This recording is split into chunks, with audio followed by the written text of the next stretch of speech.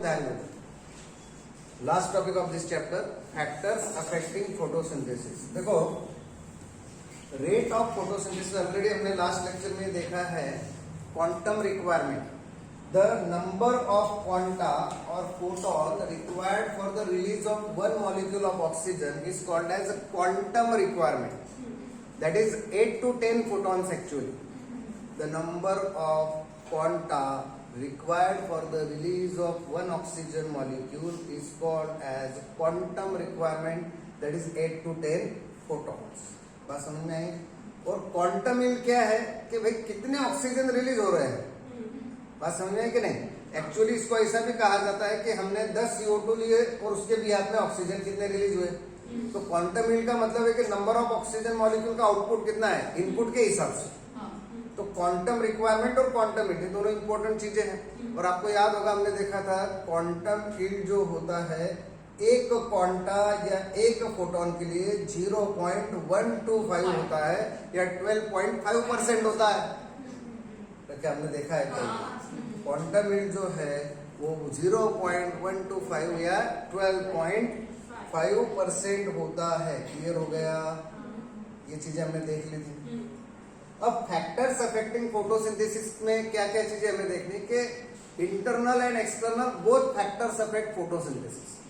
अब इंटरनल का मतलब क्या है कि जैसे लीफ है, लीफ में chlorophyll A chlorophyll be present होने चाहिए, कैरोटीनॉइड होने चाहिए, तब जाके प्रोसेस पूरी होगी।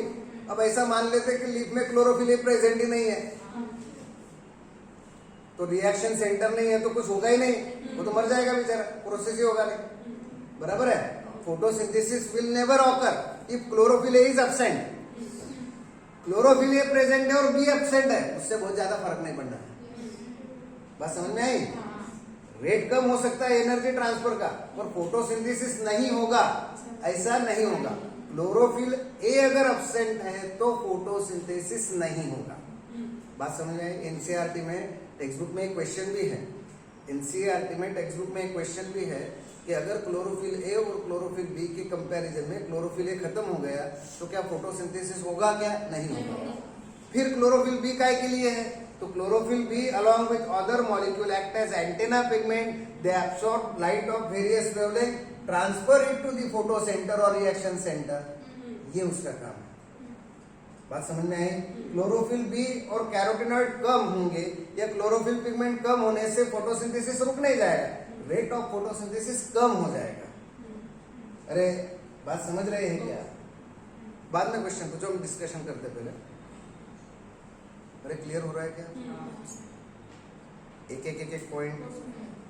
अब इंटरनल पॉइंट्स में अगर क्लोरोफिल का प्रॉब्लम है तो फोटोसिंथेसिस पे इफेक्ट होगा, वाटर नहीं है तो फोटोसिंथेसिस पे इफेक्ट होगा। ये इंटरनल प्रॉब्लम हो गए।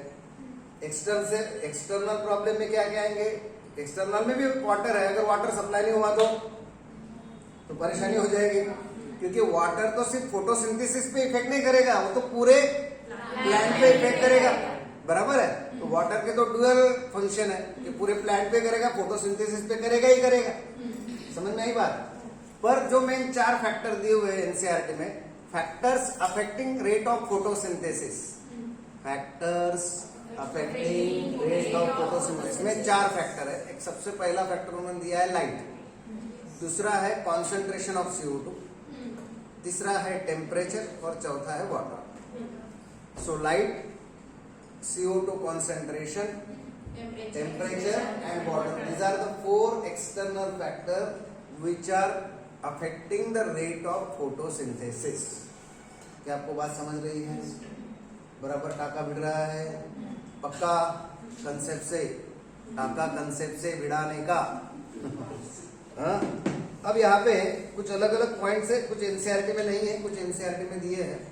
मैंने नोट्स बनवा के लाई है तो उसमें जरा पढ़ते हैं एक एक पॉइंट। कार्डिनल पॉइंट्स, ध्यान देना, नोट्स आपको भेज दूंगा मैं बाद में, सिर्फ ध्यान दो, लिखना नहीं।